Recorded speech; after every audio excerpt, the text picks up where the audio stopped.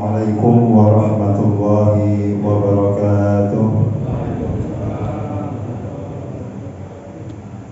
Bismillahirrahmanirrahim. Alhamdulillahi rabbil alamin. Allahumma shalli wa sallim wa barik wa karrim ala nabiyyina Muhammad wa ala alihi wa ashabihi ajma'in. Subhanaka la ilma lana illa ma 'allamtana innaka antal alimul hakim. Nawaina at-ta'allum wat-ta'lim ibtigha'a mardhatillah wa qurbihi wa thawabihi subhanahu wa ta'ala. Allahumma akrimna bi nuril fahmi wa akhrijna min dhulumatil wahmi wa zidna ilma bi rahmatika ya arhamar rahimin. Amma ba'du.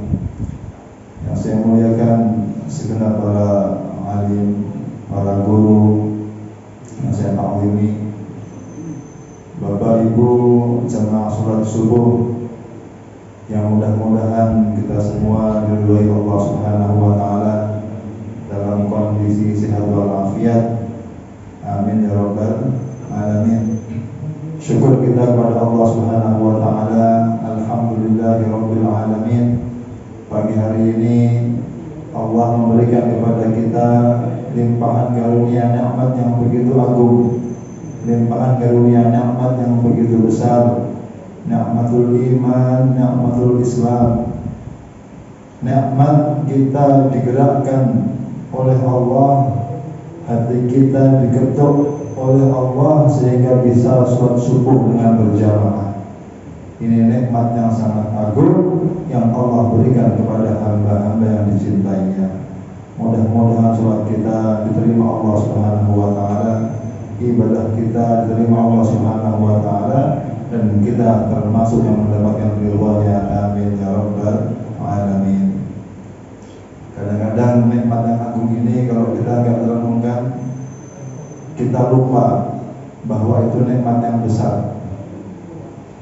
Nikmat sholat subuh dengan berjamaah, yang mana Nabi kita Muhammad sallallahu alaihi wasallam beliau bersabda, "Man shalla al-isya'a fi jama'atin fa ka'annama shalla nisfal lail, wa man shalla subha fi jama'atin fa ka'annama shalla al-laila kullah." Siapa yang sholat Isya dengan berjamaah seolah sholat sunnah separuh malam, tapi yang isyaknya berjamaah, subuhnya juga berjamaah, seolah-olah dia sholat sunnah sepanjang malam. Makanya untuk mendapatkan malam qadar itu minimalnya kita sholat isyaknya berjamaah, subuhnya juga berjamaah. Minimalnya itu. Agak meningkat sedikit, isyaknya berjamaah, subuhnya berjamaah, dan sholat tarawih itu agak meningkat sedikit. Yang lebih sempurna lagi i'tikaf, isya berjamaah tidak pulang sampai subuh. Nah, itu insya Allah malam qadar dapat. Mudah-mudahan kita termasuk yang mendapatkan malam qadar nanti. Amin ya rabbal alamin. Bahkan tidak hanya itu, kalau orang berjalan, nanti kita akan tahu ketika kita sudah bertemu Allah Subhanahu wa taala, bagaimana hebatnya, bagaimana nikmat yang Allah berikan kepada orang yang berjalan ke masjid. Ada sahabat Nabi yang minta izin kepada Rasulullah, "Ya Rasulullah, saya minta izin untuk pindah rumah." "Loh, ada apa rumah kamu?" "Rumah saya jauh dari masjid." Maka Rasulullah menyampaikan, "Loh, kamu enggak suka toh? Setiap langkah kamu itu ke masjid, Allah naikkan derajatmu, Allah hapuskan dosamu, Allah berikan hasanah kebaikan dalam dirimu. Begitu jauh rumah kamu, semakin banyak pahala yang Allah berikan kepadamu." Akhirnya dia tidak jadi pindah rumah. Kenapa? Karena yang paling jauh, yang paling banyak pahalanya. Allah Akbar. Belum lagi ketika sholat berjamaah, imamnya mengucapkan amin dan kita pun bareng membarengi imam dalam bacaan amin dalam sebuah hadis yang sahih. Siapa yang aminnya bareng dengan aminnya imam, yang mana aminnya imam itu bareng dengan aminnya para malaikat, akan diampuni dosanya oleh Allah Subhanahu wa taala. Begitu banyak, begitu besar anugerah ini, kita syukuri. Semoga diberikan istiqamah sampai kita husnul khatimah. Amin ya rabbal alamin. Yang kedua, nikmat yang agung juga Allah berikan taufik pada diri kita bisa ikut jihad pagi. Nah, ini juga anugerah penting. Jihad pagi itu betul-betul jihad, karena talabul ilmi ini dalam sebuah hadis Rasulullah bersabda, "Man kharaja li talabil ilmi fahuwa fi sabilillahi hatta yarji'a." Siapa yang keluar dari rumahnya untuk mencari ilmu agama, maka dia sejatinya fi sabilillah, berjuang di jalan Allah sampai dia kembali ke rumahnya. Bahkan jihad yang seperti ini itu lebih utama dibanding sholat sunnah. Ada riwayat dari sahabat Abu Dzar radhiyallahu anhu dan Abu Hurairah radhiyallahu anhu bahwa mereka mengatakan ibadah yang berupa talabul ilmi itu lebih utama, lebih afdal bahkan dibanding 1000 rakaat sholat sunnah. Mengapa demikian? Karena manfaatnya ilmu itu tidak habis-habisnya.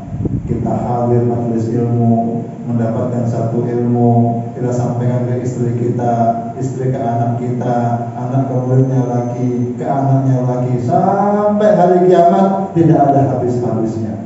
Dan itulah yang akan mengalir pahala kepada kita nanti setelah meninggalnya kita nanti, yaitu ilmu yang bermanfaat. Mudah-mudahan hadirnya kita di sini mendapatkan ilmu yang bermanfaat dari Allah. Amin ya rabbal alamin. Syukur bagi yang besar yang ketiga, Allah masih berikan kita kesempatan untuk meraih keberkahan di bulan Ramadan. Allah Akbar. Ada 2 orang sahabat yang masuk Islamnya bareng, bersama-sama, ibadahnya bareng, berjuangnya bareng. Cuma takdirnya yang pertama itu meninggal dulu ketika berjihad fi sabilillah. Yang kedua meninggal setahun kemudian, tapi di atas ranjangnya, tidak mati syahid. Ada sahabat Nabi Abu Talha itu, beliau bermimpi sahabat yang meninggal akhir di atas ranjangnya, di kasurnya, itu Allah perintahkan dipersilahkan masuk surga lebih dahulu dibanding yang dulu itu mati syahid. Maka beliau heran, loh, kenapa yang mati syahid, yang berjuang mati-matian di medan perang melawan orang kafir, kok lebih terakhir ke surganya dibanding yang meninggalnya di atas ranjangnya setahun kemudian? Maka ketika Rasulullah disampaikan hal itu, beliau menjawab, mengapa kalian heran? Bukankah saudara yang satu itu dia sudah sholat sekian banyak rakaat yang mana tidak bisa dikerjakan oleh yang sudah meninggal sebelumnya? Bukankah yang sahabat yang meninggal belakangan mendapat di bulan Ramadan, dia puasa di bulan Ramadan, ibadah di bulan Ramadan yang tidak bisa didapatkan oleh sahabat yang meninggal sebelumnya? Rasulullah memang menjelaskan bahwa jarak antara keduanya seperti langit dan bumi. Allahu Akbar. Jadi keutamaan Ramadan, Allah berikan kesempatan kita umur, ya, yang membuat kita bisa ibadah di bulan Ramadan ini. Nikmat yang begitu agung, nikmat yang begitu besar. Mudah-mudahan Ramadan ini menjadi pelebur dosa kita dan kita semua mendapat rahmat Allah, ridha Allah di bulan Ramadan ini. Amin ya rabbal alamin. Para guru yang saya muliakan, kalau kita melihat landasan pembukaan ayat tentang puasa, itu Allah berfirman, ya ayyuhalladzina amanu kutiba alaikumus syiyam. Wahai orang-orang beriman, telah diwajibkan ke atas kalian puasa, kama kutiba alal ladzina min qablikum la'allakum tattaqun. Wahai orang-orang beriman, telah diwajibkan ke atas kalian berpuasa. Kata diwajibkan itu dalam bahasa Arab bisa pakai kutiba, bisa pakai furibo, ya, atau aujaba yujibu, ya, artinya yujabu diwajibkan pakai kata wajaba, atau kataba, atau pakai farodo. Tapi pilihan kata dalam ayat puasa ini pakai kataba. Kira-kira ada faedah apa di sini? Karena pilihan kata dalam Al-Quran itu sempurna. Kata para ulama, kataba itu Allah berikan untuk kewajiban-kewajiban yang memiliki kandungan kesabaran. Sabarnya lebih dibanding kewajiban-kewajiban yang lain. Contoh dalam ayat yang lain Allah berfirman, ya ayyuhalladzina amanu kutiba alaikumul qisasu fil qatla. Wahai orang-orang beriman, telah diwajibkan ke atas kalian qisas. Kalau ada orang memotong tangan, gantian dipotong tangannya. Kalau ada orang membunuh, gantian dibunuh. Nah, orang mau dipotong tangannya kan harus sabar, ya kan? Betul ya? Harus betul-betul rela menahan nafsunya. Nah, kataba juga dipakai ke puasa. Artinya apa? Puasa itu perlu sabar, ya kan? Tidak hanya sabar dalam menahan makan minum, tapi sabar juga dari hal-hal yang dilarang oleh Allah Subhanahu wa Ta'ala. Makanya pakai kataba, sabar. Dan pahala sabar Allah sampaikan, innama yuwaffas sabiruna ajrahum bighairi hisab.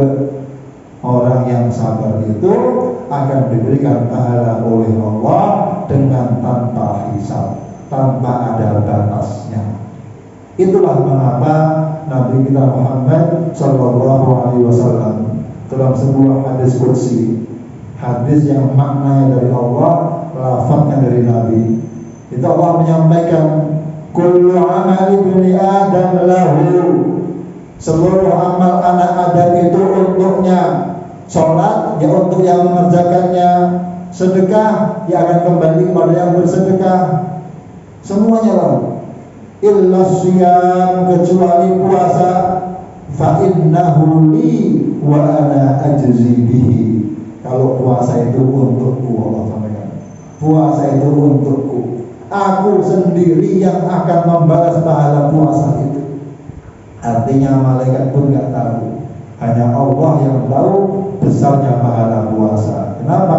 Karena puasa itu menahan ada kesabaran, dan pahalanya sabar itu tidak ada batasnya. Innama yuwaffas sabiruna ajrahum bighairi hisab.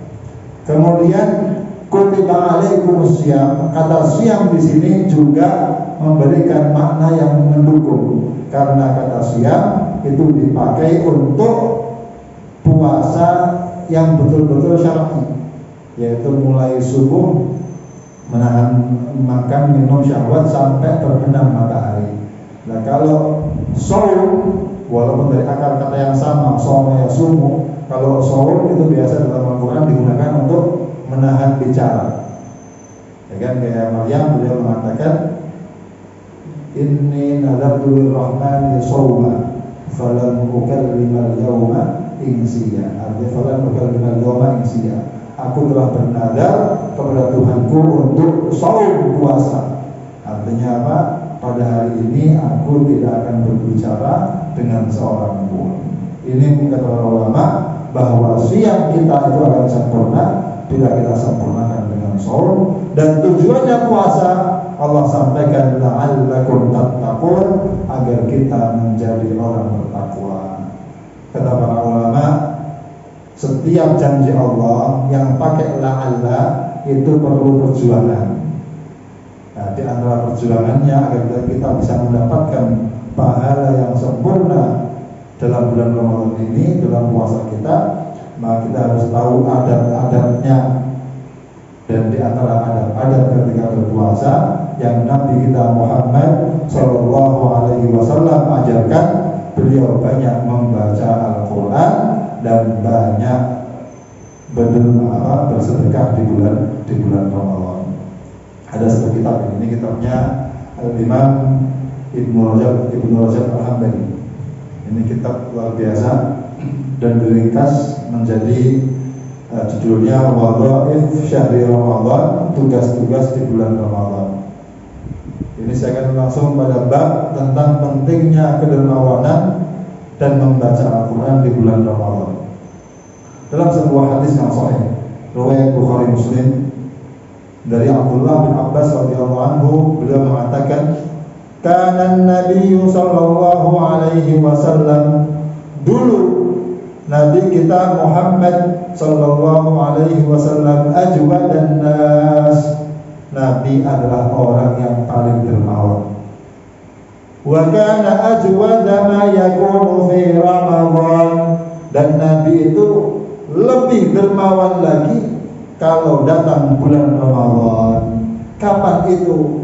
Hina yalqahu Jibril, ketika Jibril datang menemui beliau, fayudarisuhul Quran, dan Jibril bermudarasah, simak-simakan Al-Quran dengan Nabi kita Muhammad Sallallahu Alaihi Wasallam. Ketika ditemui Jibril, itulah Nabi begitu dermawan, bahkan melebihi di hari-hari sebelumnya, di bulan-bulan selain Ramadan. Wa kana Jibril yalqahu fi kulli lailatin, dan Jibril itu datang kepada Rasulullah di setiap malam. Ini menarik juga. Nanti kita akan bahas kenapa setiap malam. Di setiap malam fayudarisuhul Quran, dan Jibril bermudarasah dengan Nabi Al-Quran setiap malam bulan Ramadan. Mudarasah itu dalam bahasa Arab artinya simak-simakan. Saya membaca satu pojok, kemudian teman saya menyimak. Setelah itu teman saya membaca pojok yang sama yang tadi saya baca, dan saya menyimak. Itu namanya mudarasah. Kalau saya membaca, teman saya meneruskan, itu namanya idarah. Kalau mudarasah sama-sama membaca, saling simak-simakan. Kemudian fali Rasulullah sallallahu alaihi wasallam hina yalqahu Jibril ajwadu bil khairi min ar-rihil mursalah, dan Nabi itu ketika ditemui oleh Jibril, beliau sangat dermawan, bahkan lebih dermawan dibanding angin yang dihembuskan. Artinya apa ini? Para guru yang saya muliakan, bulan Ramadan ini Rasulullah itu begitu luar biasa dalam beramal, baik membaca Al-Quran maupun berderma.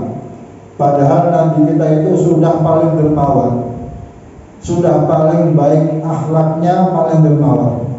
Kalau kita melihat beberapa hadis contoh bagaimana sifat dermawannya Nabi kita Muhammad Sallallahu Alaihi Wasallam. Suatu ketika datang seorang sahabat bernama Sofwan bin Umayyah. Kemudian apa kata Sofwan? Datang kepada Rasulullah minta bantuan. Sama Nabi dikasih bantuan apa? 100 ekor hewan ternak. Nah, kemudian 100 lagi, kemudian 100 lagi, sampai 300 ekor. Sampai akhirnya Sofwan ini yang dulunya masih kafir, itu sangat benci dengan Nabi. Sebab dermawannya Nabi, akhirnya dia masuk Islam dan paling cinta dengan Nabi kita Muhammad Sallallahu Alaihi Wasallam. Pernah pernah suatu ketika Rasulullah itu dikasih pakaian, dikasih baju, dan baju itu sangat beliau sukai dan beliau membutuhkan dikasih pakaian. Tiba-tiba datang seorang sahabat, seorang laki-laki, ya Rasulullah, itu pakaiannya kok bagus, boleh nggak saya minta? Sama Nabi dilepas, dikasihkan. Sahabat-sahabat yang lain berundel, kamu itu nggak perasaan, kan Anda tahu Rasulullah itu butuh berpakaian itu dan beliau suka, dan beliau tidak pernah bisa menolak orang yang meminta kepada beliau. Kenapa juga Anda masih minta? Nggak berperasaan gitu Pak. Apa kata dia? Innama sa'altuha litakuna kafani. Saya minta pakaian ini untuk menjadi kain kafan saya nanti. Dan akhirnya dia meninggal dengan kain kafan yang pakaian yang dikasih oleh Nabi kita Muhammad Sallallahu Alaihi Wasallam. Artinya apa? Nabi sangat dermawan, bahkan pakaian yang beliau ingin pakai pun beliau kasihkan ketika ada yang meminta. Tidak pernah menolak permintaan seorang yang meminta kepada beliau. Bahkan beliau melebihkan orang lain dibandingkan beliau sendiri dan keluarganya. Kita bisa melihat suatu ketika datang pembantu, ya, khatib atau tawanan perang datang pada Rasulullah Muhammad Sallallahu Alaihi Wasallam. Dan putri beliau Sayyidah Fatimah, semoga Allah meridai beliau, itu ingin dikasih pembantu karena biasanya beliau ya mengerjakan kerjaan rumah sendirian, nyuci baju sendiri, ya, nyapu sendiri. Maka datang pada Rasulullah ingin minta seorang pelayan yang bisa membantu beliau untuk pekerjaan rumahnya. Apa yang Nabi kasih? Apa dikasih pembantu? Tidak. Sama Nabi malah dikasih zikir. Minta pembantu dikasih zikir. Jadi kalau saya anaknya ngamuk itu. Tapi ini anaknya hebat juga. Saya dapat 5, ya, seorang anak pemimpin yang luar biasa. Apa Rasulullah sampaikan? Kamu kalau mau tidur tasbih, ya, subhanallah 33, alhamdulillah 33, Allah Akbar 33. Dan apa yang Rasul sampaikan itu penting. Beliau sebagai pemimpin, beliau menyampaikan pada putrinya, la u'tika, tidak mungkin saya berikan pembantu pada engkau. Wa ada'u ahlus sufa tuwi butunahum minal ju'. Sedangkan saya melihat itu loh, para santri saya ahlus sufa yang mondok di sini itu sedang kelaparan. Mereka nggak ada makanan, mereka lapar. Kok saya kasih kau pelayan itu tidak bisa, saya tidak pantas bagi saya untuk memberikan kau seorang pelayan. Allahu Akbar. Inilah sosok Nabi kita Muhammad Sallallahu Alaihi Wasallam. Itu di bulan-bulan yang lain. Nah, pertanyaannya, Ustaz, mengapa kok Nabi itu sangat dermawan ketika bulan Ramadan, ketika ditemui Jibril? Ini juga menarik. Karena Nabi kita Muhammad Sallallahu Alaihi Wasallam itu beliau ingin sekali agar kehidupannya itu sesuai cerminan dari Al-Quran. Makanya Sayyidah Aisyah ketika ditanya, ya wahai Aisyah, bagaimana akhlak Rasulullah Muhammad Sallallahu Alaihi Wasallam? Kata Sayyidah Aisyah apa? Kana khuluquhul Quran. Akhlaknya Nabi itu Al-Quran. Artinya apa? Segala perintah dalam Al-Quran beliau ingin yang pertama mengerjakannya. Setiap larangan dari Al-Quran beliau yang pertama meninggalkannya. Oleh karenanya ketika Jibril mau datang, beliau sudah siap-siap. Jangan sampai nanti Jibril datang mudarasah Al-Quran, saya dievaluasi, ini kok belum mengamalkan, begitu kan? Maka beliau begitu datang Jibril, beliau segera berbuat kebaikan yang begitu banyak sebagai praktek dari Al-Quran yang beliau baca. Yang pertama. Yang kedua, kata para ulama, mengapa beliau begitu getol berbuat baik di bulan Ramadan?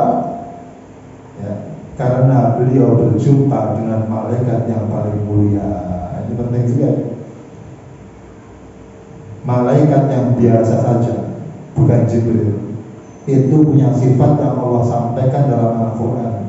Apa sifatnya? La ya'sunallaha ma amarahum wa yaf'aluna ma yu'marun. Malaikat itu tidak pernah bermaksiat kepada Allah dan mereka selalu mentaati perintah Allah. Itu malaikat. Lah ini malaikat yang paling utama, yang paling asyraf, paling mulia. Bagaimana rasanya kalau berjumpa dengan yang seperti itu? Nah, ketika berjumpa maka hawa kesolehan, kemuliaan itu merembet kepada Nabi kita Muhammad Sallallahu Alaihi Wasallam. Ini juga pelajaran. Kalau kita ingin baik, berkumpulnya juga sama orang-orang baik. Kalau kita ingin soleh, kita juga harus berkumpul dengan orang-orang yang soleh, sehingga hawa kesolehan itu menular dalam diri kita. Itulah sebabnya Imam Syafi'i rahimahullah ta'ala ketika beliau menyampaikan anil mar'i la tas'al wa sal'an qarinihi fa innal qarina bil muqarinin yaqtadi. Kalau kamu ingin tahu karakter, kepribadian seseorang, nggak usah susuk, cukup lihat kumpul sama siapa, itu saja. Kalau kumpulannya baik, oh baik bagi dia. Kalau selalu kumpul dengan yang tidak baik, ya berarti perlu dikoreksi lagi, kan begitu. Karena al-arwahu junudun mujannada, akan berkumpul dengan yang setipe dengan dia. Baik, itu para guru yang saya muliakan. Lalu apa faedah Ustaz? Kalau saya dermawan di bulan Ramadan, ini kita belum bahas Quran. Kalau kita dermawan di bulan Ramadan, apa manfaatnya? Apa faedahnya? Sangat banyak faedahnya. Yang pertama, syarafuz zaman, karena bulan Ramadan itu bulan yang Allah muliakan, wa mudha'afatu ajril amali fihi. Amal-amal kebaikan Allah lipat gandakan. Kata para ulama, amal kebaikan itu Allah lipat gandakan. Satu, karena keberkahan tempatnya. Sholat di Masjidil Haram tentu berbeda dengan di Nur Sa'adah, ya kan? Kalau di sana 100 kali lipat, 1000 kali lipat dibanding di Masjid Nur Sa'adah ini, tentu begitu. Di Masjid Nabawi juga sama. Al-Aqsa ya 500 kali lipat dibanding masjid yang lain. Itu karena keberkahan tempatnya. Ada amal Allah lipat gandakan pahalanya karena kemuliaan waktunya, termasuk di bulan Ramadan. Ini Allah mau lipat gandakan amal-amal kita karena kemuliaan waktu di bulan Ramadan, termasuk 10 awal Dzulhijjah. Oleh karenanya kita disuruh untuk banyak berbuat kebaikan, dermawan di bulan Ramadan. Seperti Nabi kita Muhammad Sallallahu Alaihi Wasallam, beliau berikan apa yang beliau punya. Tenaga beliau berikan untuk mengajak umatnya kepada Allah. Ilmu beliau berikan untuk mendidik orang yang tidak tahu, yang bodoh. Harta beliau berikan, sampai beliau memberikan sesuatu yang tidak ada kekhawatiran kepada kemiskinan. Itulah Nabi kita Muhammad Sallallahu Alaihi Wasallam. Yang kedua, kalau kita dermawan di bulan Ramadan, itu kata para ulama, i'anatus shaimin, kita menolong orang-orang yang berpuasa, menolong orang-orang al-qanitin yang sedang beribadah kepada Allah, berzikir mengingat Allah di bulan Ramadan. Ini penting. Sehingga apa?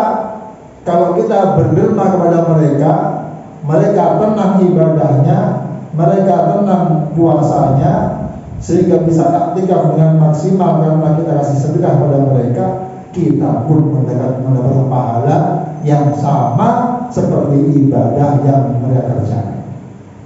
Ini merupakan adalah faedah dari hadis Nabi kita Muhammad SAW. Beliau bersabda, man fattara sha'iman, siapa yang memberikan buka puasa kepada orang yang berpuasa, falahu mithlu ajrihi, dia akan mendapatkan pahala yang sama seperti orang yang berpuasa, min ghairi ayyam qusa min ajri sha'im syai', tanpa mengurangi pahala yang sedang berpuasa itu sedikit pun. Allahu Akbar.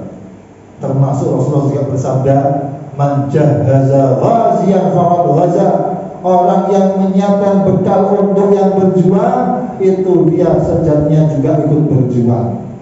Kita mau ke Gaza nggak berani, ya kan? Ada yang berani kan? Kita mau bertempur ya masih takut mati, ya. Sahabat saya maksudnya cinta dunia takut mati. Nah, kita kirimkan sesuatu yang bisa membantu mereka untuk berjuang, membuat mereka lebih tenang ketika berjuang.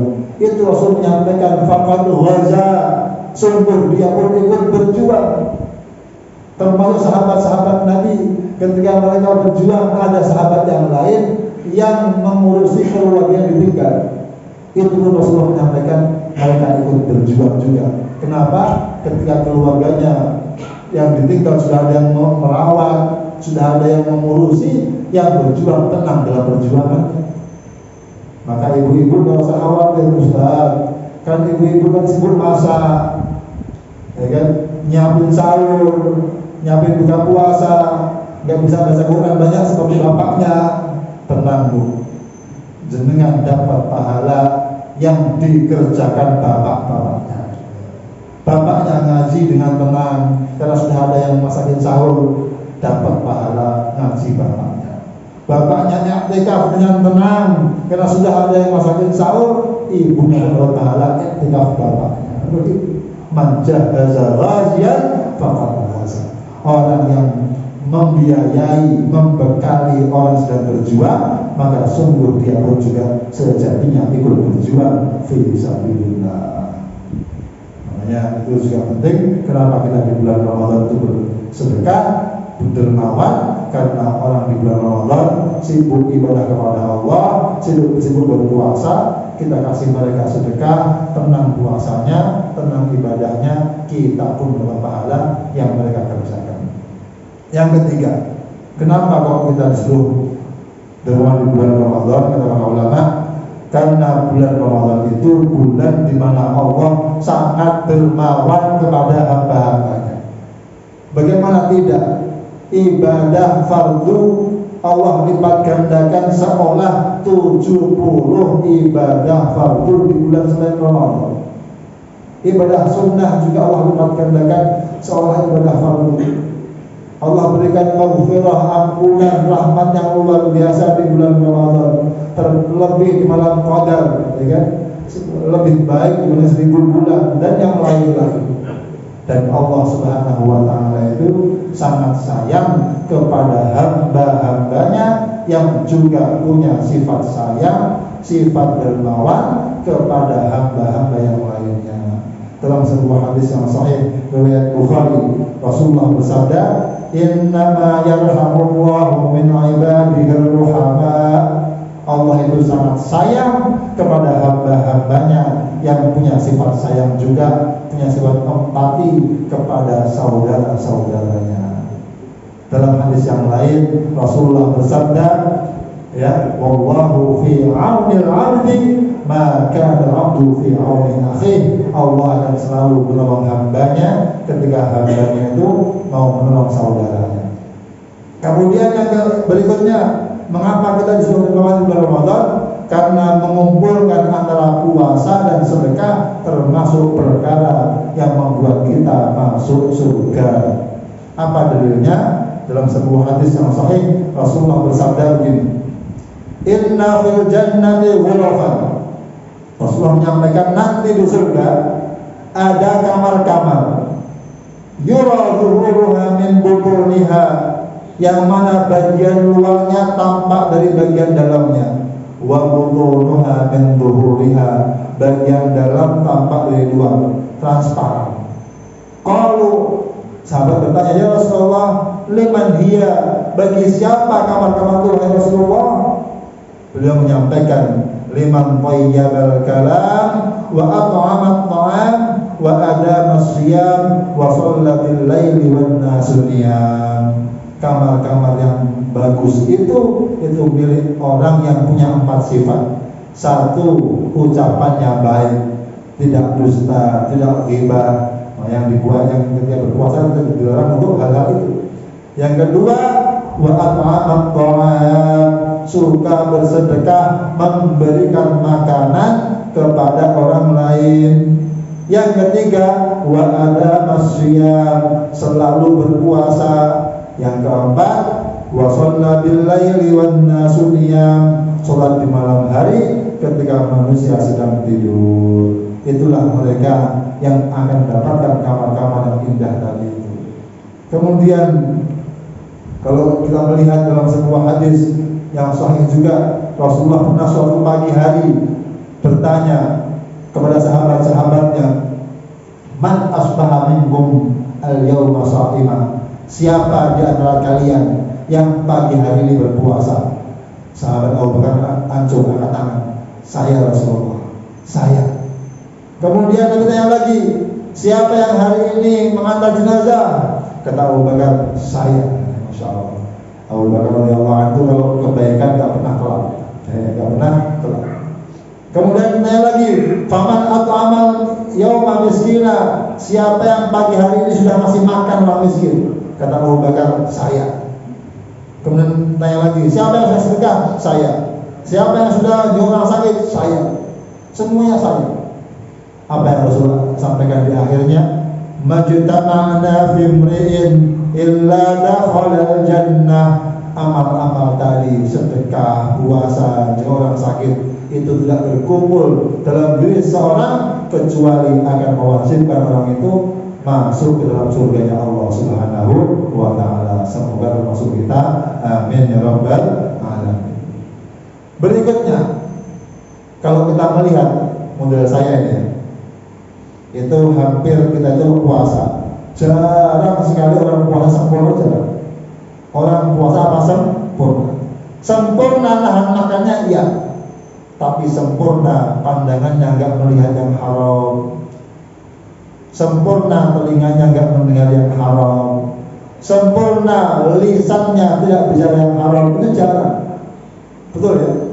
Kadang-kadang lagi jalan pulang dari masjid aja sudah lihat yang macam-macam, kan begitu? Lihat yang macam-macam. Lah ini kalau kita nggak kafaroi, itu puasa kita berkurang, puasa kita nggak sempurna. Nah kafarohnya itu apa? Kafarohnya dengan sedekah. Itulah mengapa kalau di akhir Ramadan kita disuruh untuk zakat fitrah. Rasulullah menyampaikan apa fungsinya zakat fitrah? Tathhiran lis-shaim, untuk mensucikan orang berpuasa dari apa? Mungkin dia pernah ngomong yang enggak baik, melihat yang enggak baik, itu mensucikannya dengan bersedekah, dengan berzakat. Bahkan kiai-kiai dahulu itu mengajari santrinya, nah kamu kalau sholat gak khusyuk sedekah, kafar Islam ini. Kamu kalau puasa ya kadang-kadang lihat apa? Sedekah. Untuk apa? Mengkafarohi tadi kekurangan kita ketika berpuasa di bulan Ramadan. Kemudian yang penting lagi, orang kalau lagi puasa dia kan pengen makan, betul ya? Pengen makan.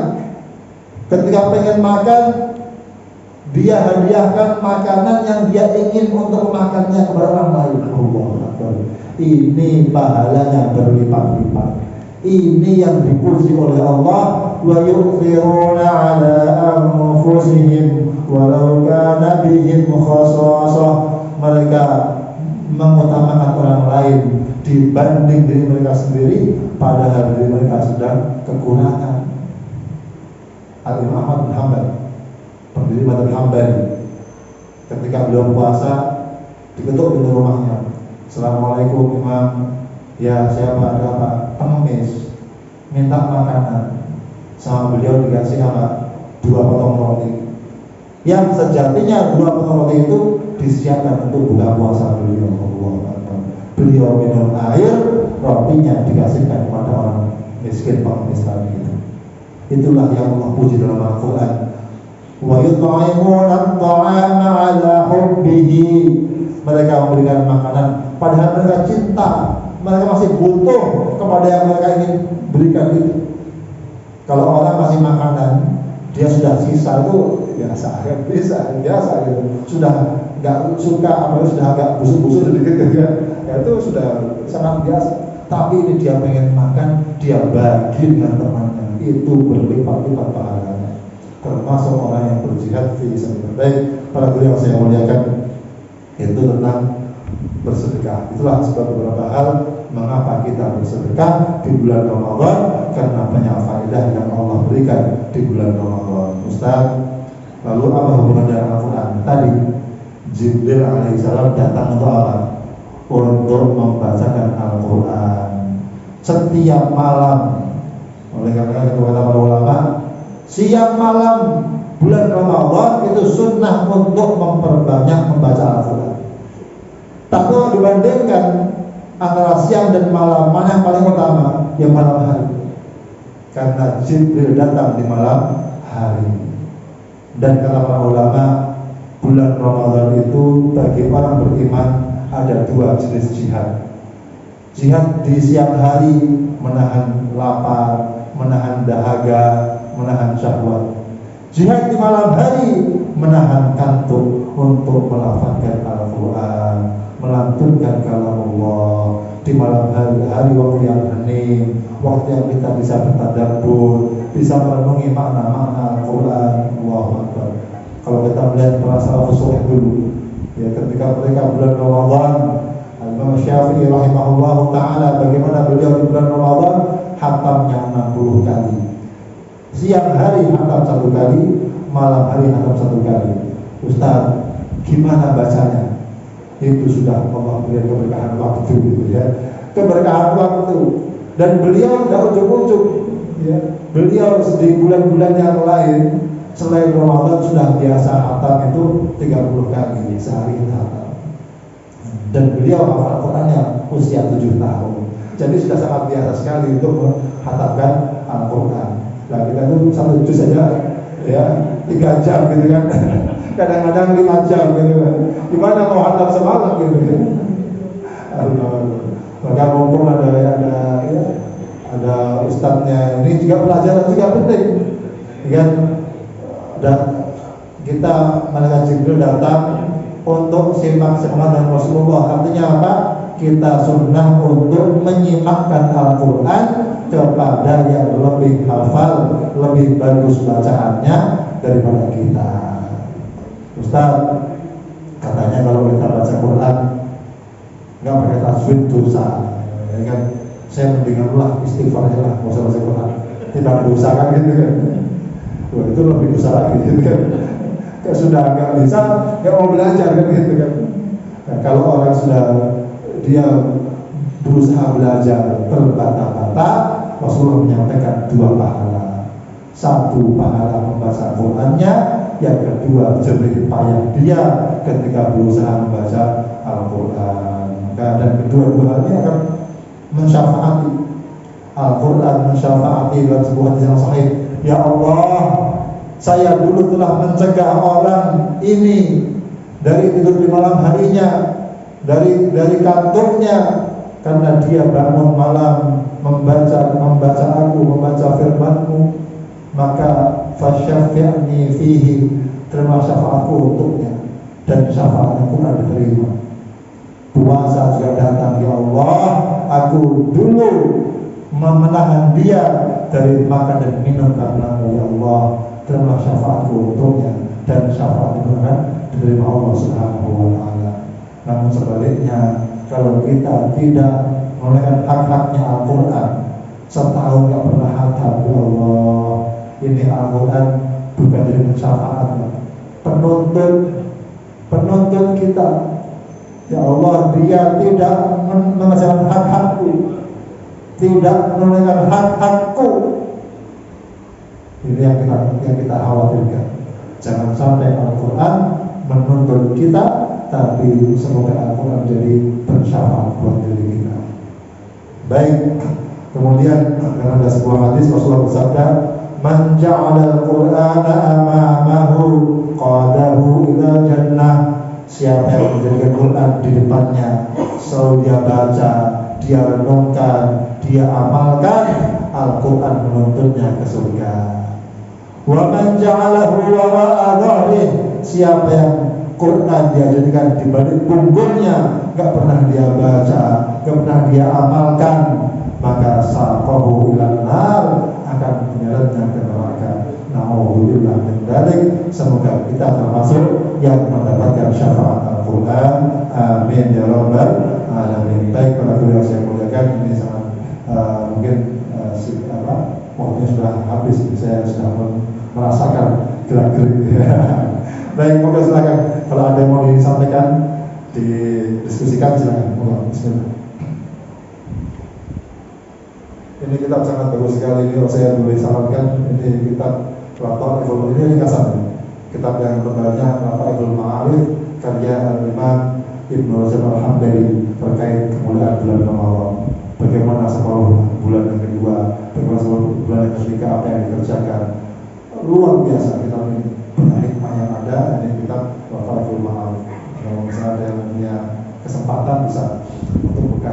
Sebenarnya bukannya sebelum Ramadan, tapi ini apa namanya, kalau tidak bisa dikerjakan semuanya, ya minimal jangan tinggal semuanya. Maka silakan, ada yang mau didiskusikan? Silakan. Oke, enggak. Masya Allah, Masya Allah. Oke, jazakumullah khair. Ya. Al-Quran itu merupakan zikir yang utama. Al-Quran itu nama lain juga al-zikr. Inna nahnu nazzalna dzikra. Ya kan?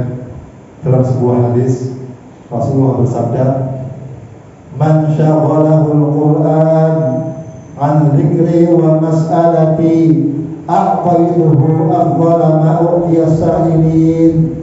Siapa yang sibuk membaca Al-Quran, karena sibuknya baca Quran, gak sempat zikir, gak sempat doa minta kepadaku, Allah sampaikan akan aku beri dia yang lebih baik dibanding yang berdoa kepadaku. Al-Quran itu Al-Quran. Ya kalau misalnya ada waktu, ya, sunnahnya tuh gini, ibadah itu bermacam-macam, beragam. Ada waktu zikir sendiri, ada waktu berzikir sendiri, ada waktu qiyamul lail sendiri. Itu yang kata ulama. Sehingga apa? Nanti ketika di hari kiamat itu setiap pintu surga yang ada itu nama kita ada. Pintu Rayyan untuk orang berpuasa nama kita ada. Pintu baca Quran nama kita ada juga. Pintu zikir nama kita ada juga. Pintu sedekah ada juga, gitu kan. Mau pintu apa lagi? Silaturahim ada juga, gitu. Itu yang dikehendaki oleh Allah. Kenapa? Karena kita tidak tahu di mana letak amalan yang Allah terima.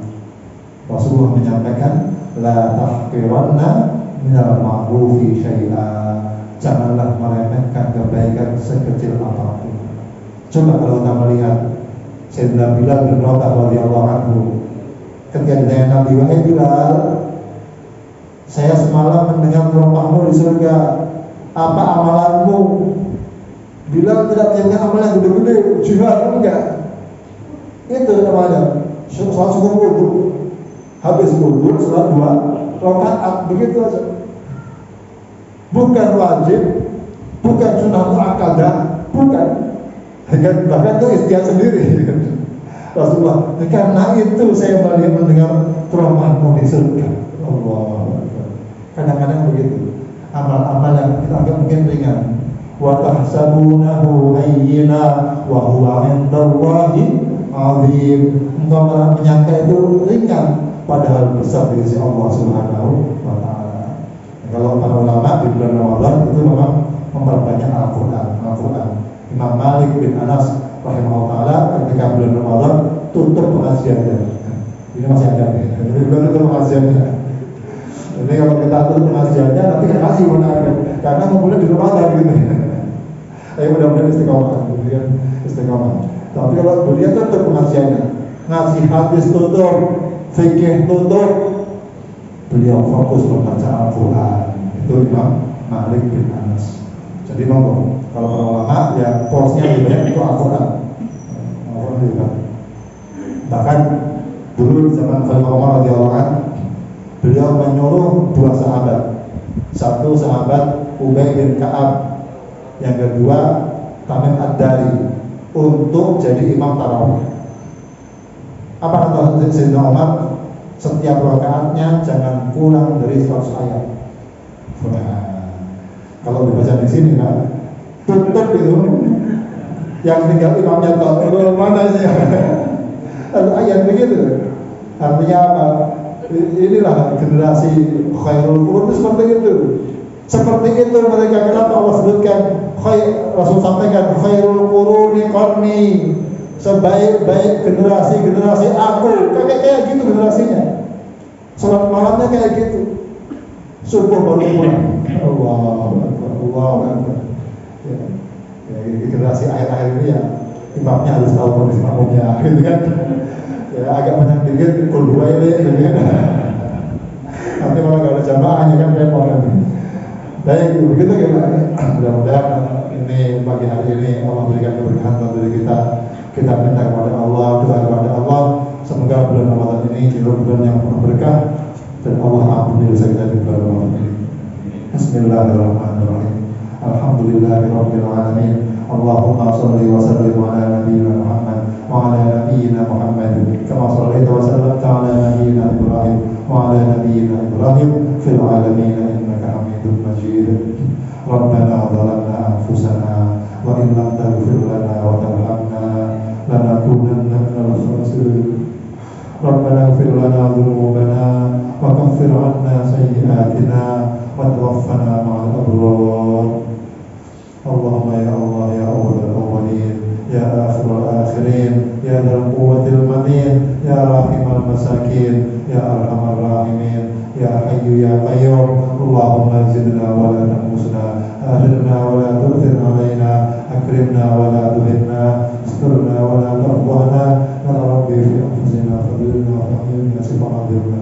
Ya Allah, ampunilah kami ya Allah, ampunilah orang tua kami, ampunilah guru-guru kami, ampunilah teman-teman kami, serta masjid kami, dan umat Islam seluruh ya Allah.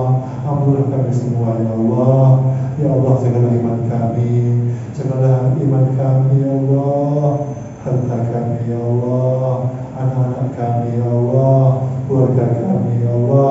Berikanlah kepada kami akhlak yang baik, akhlak yang ridhai ya Allah. Sembuhkanlah penyakit-penyakit kami ya Allah, penyakit yang zahir maupun yang batin ya Allah. Hilangkanlah dari hati kami sifat-sifat yang tercela ya Allah, sifat iri, sifat dengki, sifat sombong. Gantilah dengan sifat yang baik, sifat yang ridhai ya Allah. Ya Allah ya Rahman ya Allah ya Rahim.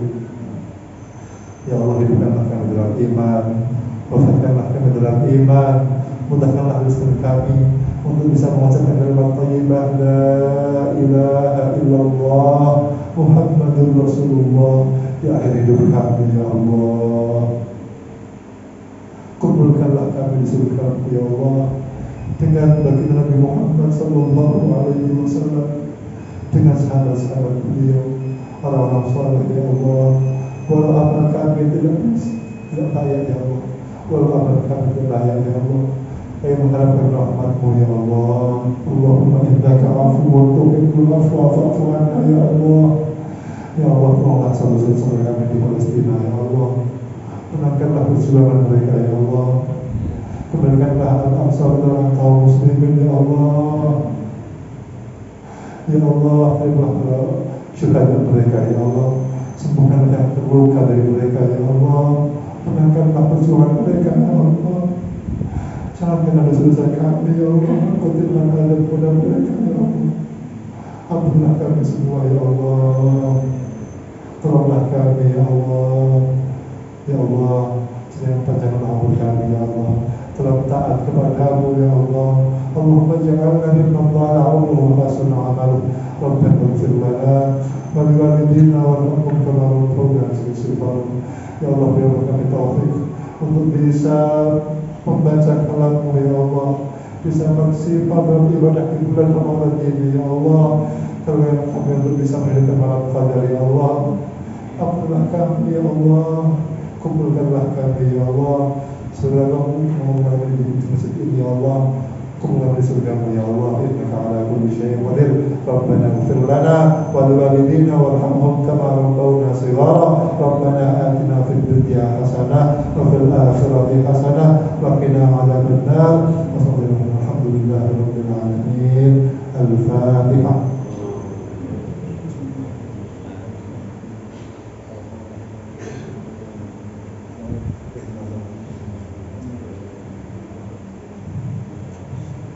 Banyak khilaf, banyak kurang, mohon dimaafkan. Wassalamualaikum warahmatullahi wabarakatuh.